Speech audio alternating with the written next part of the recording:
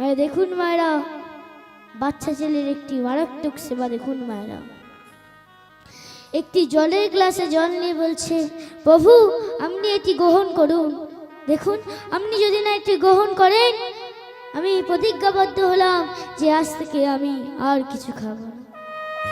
তখন ভগবান মনে মনে চিন্তা করছে, ও আমায় সেবা দিচ্ছে তো আমি গ্রহণ করব, কিন্তু ও তো কিছু চাইলে আমি দিতে পারবো না। 3 দিন কেটে গেল। ভগবান মনে মনে চিন্তা করছে, আজ 3 দিন হয়ে গেল ছেলেটি কিছু খায়নি। ছেলেটি যদি কিছু না খায় সে তো খিদের জ্বালায় মারা যাবে। তাহলে আমি কিসের ভগবান হলাম? যদি আমি ভক্তির মনোবাঞ্ছা না পূরণ করতে পারলাম, আমি কিসের ভগবান হলাম? কেন আমায় ভক্তরা নাম দিয়েছে ভক্ত বাঞ্ছা কল্পতরু? কেন আমায় নাম দিয়েছে? আমি কিসের ভগবান হলাম? তখন ভগবান লক্ষ্মীকে বলছে, শোনো লক্ষ্মী, আমি একটি বাচ্চা ছেলের মনস্কামনা পূরণ করতে যাচ্ছি। আর বাচ্চা ছেলেটির মনস্কামনা পূরণ করতে যাচ্ছে ভেগ রূপ ধারণ করে। মায়েরা, ভেগ রূপ মানে জানেন? ভেগ মানে হলো ব্যাং। ব্যাং রূপ ধারণ করে ছেলেটি জলের গ্লাসে থাপুস করে পড়ে গেছে। তখন ছেলেটি বলছে, ওরে বেটা, আমি আমার প্রভুকে সেবা দিয়েছি আর তুই আমার প্রভুর জলের গ্লাসে এসে থাপুস করে পড়ে গেলি, দাঁড়া তোর মজা দেখাচ্ছি। এই বলে ছেলেটি একটি দড়ি জোগাড় করে লাঠিতে ঝুলিয়ে রেখেছে। তাতেও ছেলেটি রাগ মেটেনি, 2টো ঠ্যাঙে দড়ি বেঁধে ব্যাংটির লাঠির সঙ্গে ঝুলিয়ে রেখেছে। মা সে যেখানেই যায় ব্যাংটিকে নিয়ে যায়। এরা শীতকালে মা ছেলে মিলে কাঁথা কম্বল মুড়ি দিয়ে ঘুমাচ্ছে, আর ব্যাংটি গেটের কাছে এরকম করে ঝুলে আছে। তখন লক্ষ্মী চিন্তা করছে, স্বামী বলে গেল একটি বাচ্চা ছেলের মনস্কামনা পূরণ করতে যাচ্ছে, এখনো কেন বাড়ি ফিরল না? তখন লক্ষ্মী বলছে, নারদ, নারদ বাবা। তখন নারদ এসে বলছে, মাতা আপনি আমায় ডাকলে? হ্যাঁ নারদ বাবা, আমি তোমায় ডেকেছি। হ্যাঁ, আমি তোমায় ডেকেছি। দেখো তো, তোমার প্রভু বলে গেল যে একটি বাচ্চা ছেলের মনস্কামনা পূরণ করতে যাচ্ছে, এখনো কেন বাড়ি ফিরল না? তখন নারদমণি বলছে, চিন্তা করবেন না মাতা, চিন্তা করবেন না, আমি দেখছি। এই বলে মা নারদমণি মর্তলোকে যখন পৌঁছেছে, তখন নারদমণি দেখতে পাচ্ছে তার প্রভুকে 2টো ঠ্যাঙে দড়ি বেঁধে এরকম করে ঝুলিয়ে রেখেছে। তখন নারদমণি মনে মনে চিন্তা করছে, এই বেঁচে গেলে তো ছেলেটি আমায় ছিঁড়ে ফেলবে। তাই নারদমণি একটি বাম্ভরের রূপ ধারণ করে বিনা যন্ত্রটি একটি গাছে ঝুলে ছেলেটির কাছে গিয়ে বলছে, এই ছেলে, এদিকে শোনো, এদিকে শোনো, তুমি এই ব্যাংকটিকে ওরকম ভাবে ঝুলিয়ে রেখেছো কেন? ও তো মারা যাবে। ও আমার প্রভুর জলের গ্লাসে মুখ দিয়েছে, ওকে আমি ছেড়ে দেব? ছেড়ে দাও বলছি, না ছাড়বো না। ছেড়ে দাও বলছি, না ছাড়বো না। দেখো, ও মরলে কিন্তু তোমার মা মরবে, মরে মরু। দেখো, ও মরলে কিন্তু তোমার বাবা মরবে, মরে মরু। ছেড়ে দাও বলছি, না ছাড়বো না। ছেড়ে দাও বলছি, না ছাড়বো না। ছেড়ে দাও বলছি, না ছাড়বো না। তখন নারদমণি বলছে, প্রভু আমার দ্বারা আর হলো না, আমি চললুম। নারদমণি যখন বাড়ির পথে ফিরে যাচ্ছে, নারদমণির সঙ্গে দেখা হয়েছে ইন্দ্রদেবের সাথে। তখন ইন্দ্রদেব বলছে, নারদমণি এই সময় এখানে কি মনে করে? বলবেন না প্রভু, বলবেন না। মর্তলোকে একটি বাচ্চা ছেলে আমার প্রভুকে এরকম করে ঝুলিয়ে রেখেছে।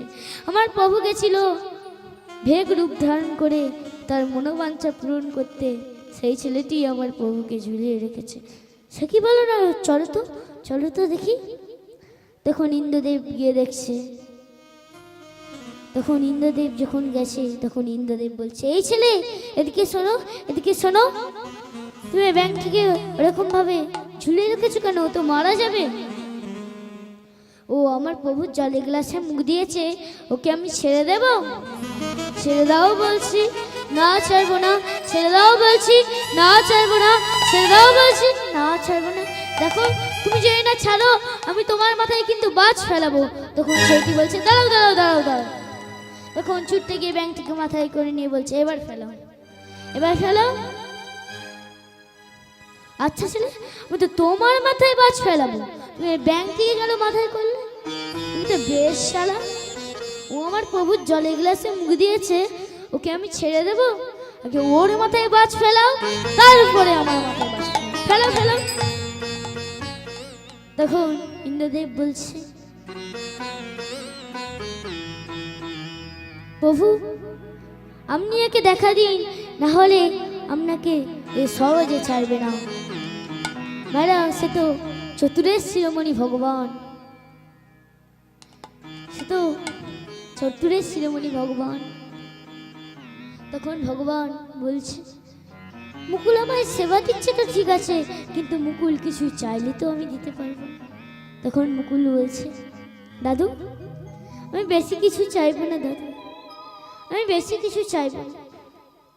আমি মায়ের মুখে শুনেছিলাম তুমি বৃন্দাবনে অনেক ভালো বাঁশি বাজাতে পারো, আমায় বাঁশি বাজিয়ে শোনাবে দাদু, আমায় বাঁশি বাজিয়ে শোনাবে। ওরে মুকুল আমার তো বয়স হয়েছে, আমি কি আর ভালো বাঁশি বাজাতে পারি? দাদু আমাকে তোমার মতো করে সাজিয়ে দাও, দাও তোমার বাঁশিটা আমায় দাও, আমি বাঁশি বাজাবো। তুই বাঁশি বাজাবি? হ্যাঁ দাদু আমি বাঁশি বাজাবো। পারবি বাঁশি বাজাতে? তুমি যদি আমার দাদু হয়ে বাঁশি বাজাতে পারো, আমি তোমার নাতি হয়ে কেন বাঁশি বাজাতে পারবো? দাও দাদু আমাকে তোমার মতো করে সাজিয়ে দাও, দাও। তখন ভগবান শ্রীকৃষ্ণ তার আদরের নাতি মুকুলকে তার মতো করে সাজিয়ে দিয়েছে।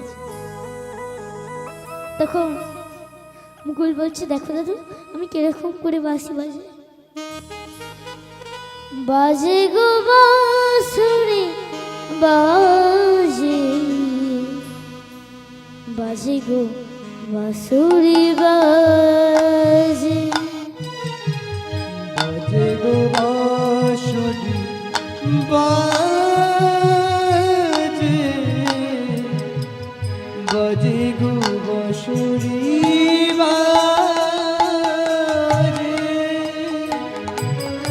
বাজে গো বাঁশুরি বাজে, বাজে গো বাঁশুরি বাজে, বাজে গো বাঁশুরি বাজে, বাজে গো বাঁশুরি বাজে। যমুনার তীরে না কদমের মূলে না, দেখো যমুনার তীরে নয়, কদমের মূলে নয়, যমুনার তীরে না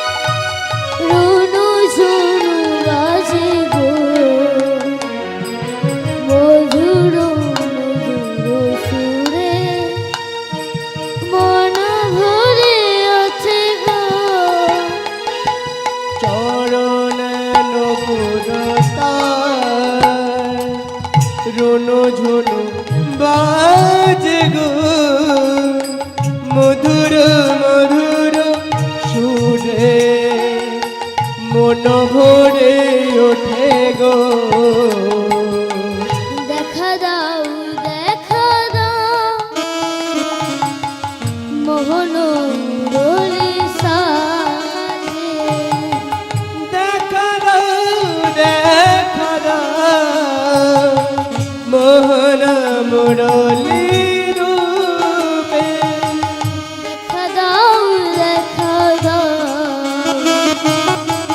মোহন মুরলি সাজে। দেখা দাও মোহন মুরতি সাজে। আমার হৃদয় মাঝে বাজে গো বাঁশরি বাজে, বাজে গো বাঁশরি বাজে, বাজে গো বাঁশরি বাজে, বাজে গো বাঁশরি বাজে, বাজে গো বাঁশরি বাজে, বাজে গো বাঁশরি বাজে।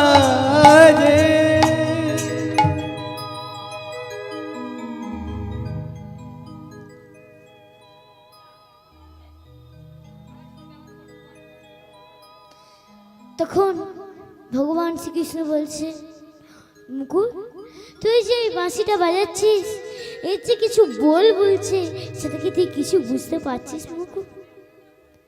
হ্যাঁ দাদু, হ্যাঁ আমি একটা বল বুঝতে পারছি, সেটা হলো রাধে রাধে। মেয়েরা দাদু নাতিতে খেলা করতে করতে হঠাৎ একটা কাল বৈশাখী ঝড় এলো। হঠাৎ একটা কাল বৈশাখী ঝড় এলো। তখন মুকুল তার বাবার কথা মনে পড়ে গেল, যে যে তাদের সাথে খেলে তাদের সবার বাবা আছে, কেন তার নেই? তখন মায়ের গলাটি জড়িয়ে ধরে বলল, মা আমি যাদের সাথে খেলি আমাদের সবার বাবা আছে, কিন্তু আমার কেন বাবা নেই?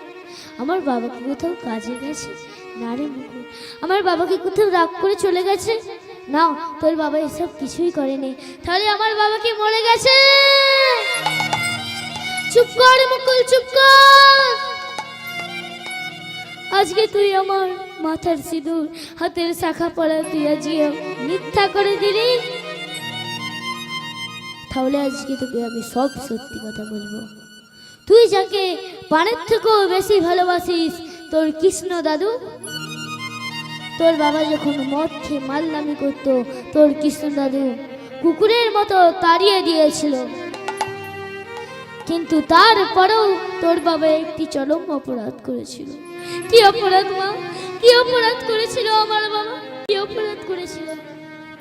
তোর বাবা মদের খেয়ালে ভস্মীভূত হয়ে পেটে লোহার কড়া বেঁধে মনীষীদের কাছে গিয়ে বলছে, মনীষী গো, আমরা তো ধ্যানী, আমরা তো চোখে, আমরা বলুন তো আমার গর্ভে পুত্র সন্তান আছে না কন্যা সন্তান?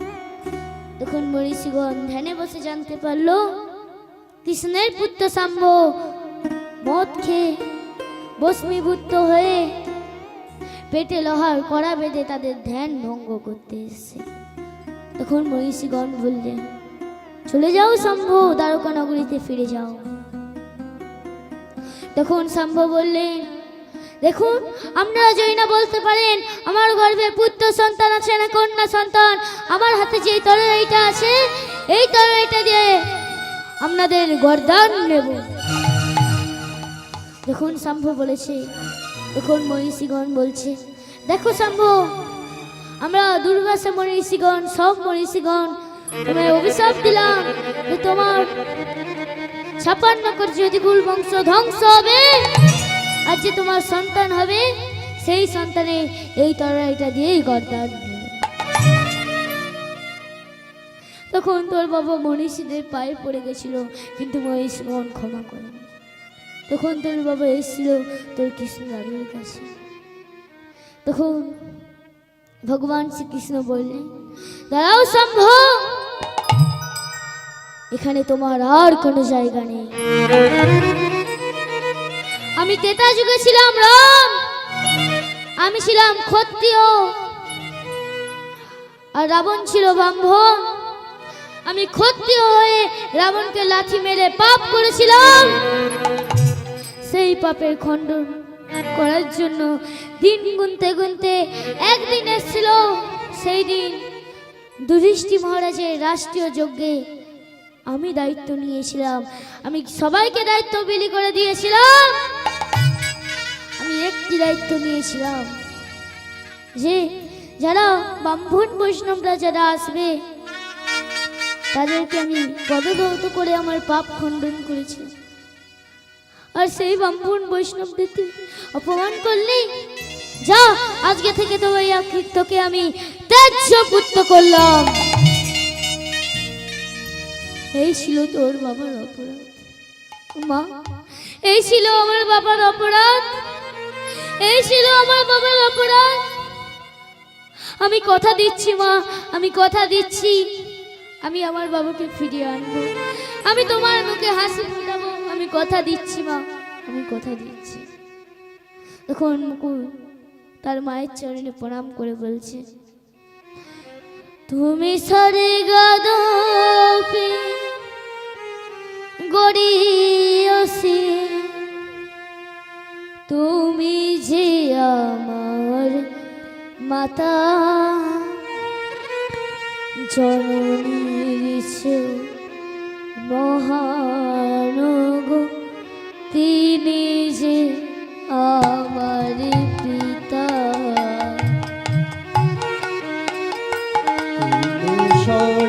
স্বর্গাদপি গড়িয়সি, তুমি যে আমার মাতা জননীর চেয়ে শ্রেষ্ঠ সে, তুমি আমার মাতা।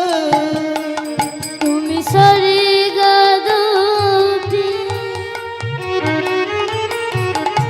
গড়িয়সি, তুমি যে আমার মাতা জননীর চেয়েও মহান গো, তিনি যে আমার পিতা। তুমি স্বর্গাদপি গড়িয়সি,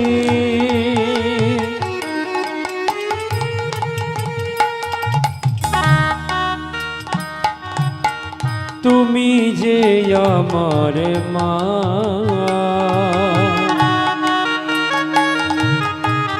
জননীর পায়ে ঠেকায় মাগো, তিনি যে আমার পিতা। বিদায় জননী বিদায়, বিদায় জননী বিদায়, বিদায় জননী বিদায়, বিদায় জননী বিদায়, বিদায় জননী বিদায়, বিদায় জননী বিদায়, বিদায় জননী বিদায়, বিদায় জননী বিদায়। তখন মুকুল তার মায়ের চরণে প্রণাম করে যখন তার বাবার কাছে বাবাকে খুঁজতে বেরিয়েছে, তখন মুকুল দেখতে পাচ্ছে তার বাবা গলা পচা মাংসগুলোকে টেনে টেনে খাচ্ছে। কৃষ্ণের পুত্র শাম্ভ যে রাজকীয় বেশ, সেই বেশ আর নেই। তখন মুকুল তার বাবাকে দেখতে পেয়ে তার বাবাকে জড়িয়ে ধরে বলছে, বাবা কে তোর বাবা? আমার কোনো স্ত্রী নেই, আমার কোনো ছেলে নেই। এই বলে মা তার নিজের ছেলেকে লাথি মেরে দূরে সরিয়ে দিল। তখন মুকুল বলছে, মা আমি কি করে আমার বাবাকে ফিরিয়ে নিয়ে যাব? আমার বাবা তো আমায় চিনতে পারছে না। মায়েরা চিনবেই বা কি করে? তাকে তো কলি গ্রাস করে রেখেছে। তখন মুকুল তার বাবার চরণ তার দুটো চোখের জলে ধৌত করছে আর বলছে, মনে পড়ে না বাবা, মনে পড়ে না আমার মাতা লক্ষণার কথা? মনে পড়ে না বাবা, মনে পড়ে না দ্বারকা রাজপ্রাসাদের কথা? মনে পড়ে না বাবা, মনে পড়ে না? আমার ভগবান শ্রীকৃষ্ণের দাদুর কথা মনে পড়ে না। এই বলতে বলতে তার বাবার দুটো চরণ তার দুটো চোখের জলে ধৌত করছে আর বলছে, কবে আমি পাবো গো আমার পিতা চরণ, ধরিন হবে আমার মন প্রাণ, ধরিল হবে এ জীবন। কবে আমি পাব গো আমার পিতার চরণ,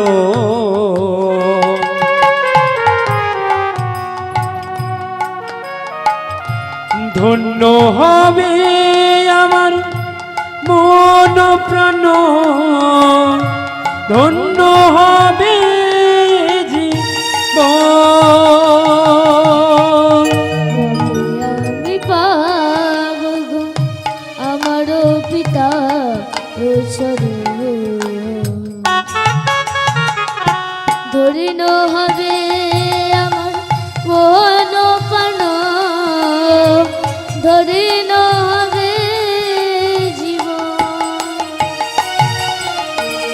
কবে আমি পাব গো আমার পিতার চরণ, ধন্য হবে মন, ধন্য হবে চরণ।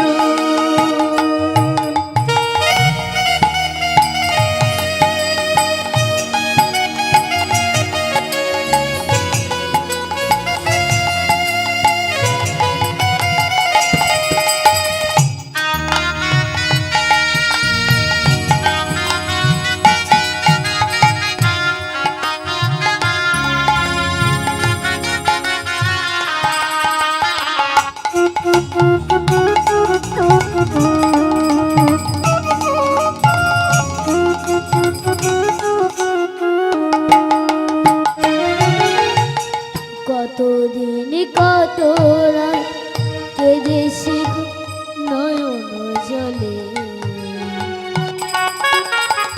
কোনো একদিন পাবো গো দেখা, আশা ছিল এই মনে। কতদিন কত রাত কেঁদেছি নয়ন জলে,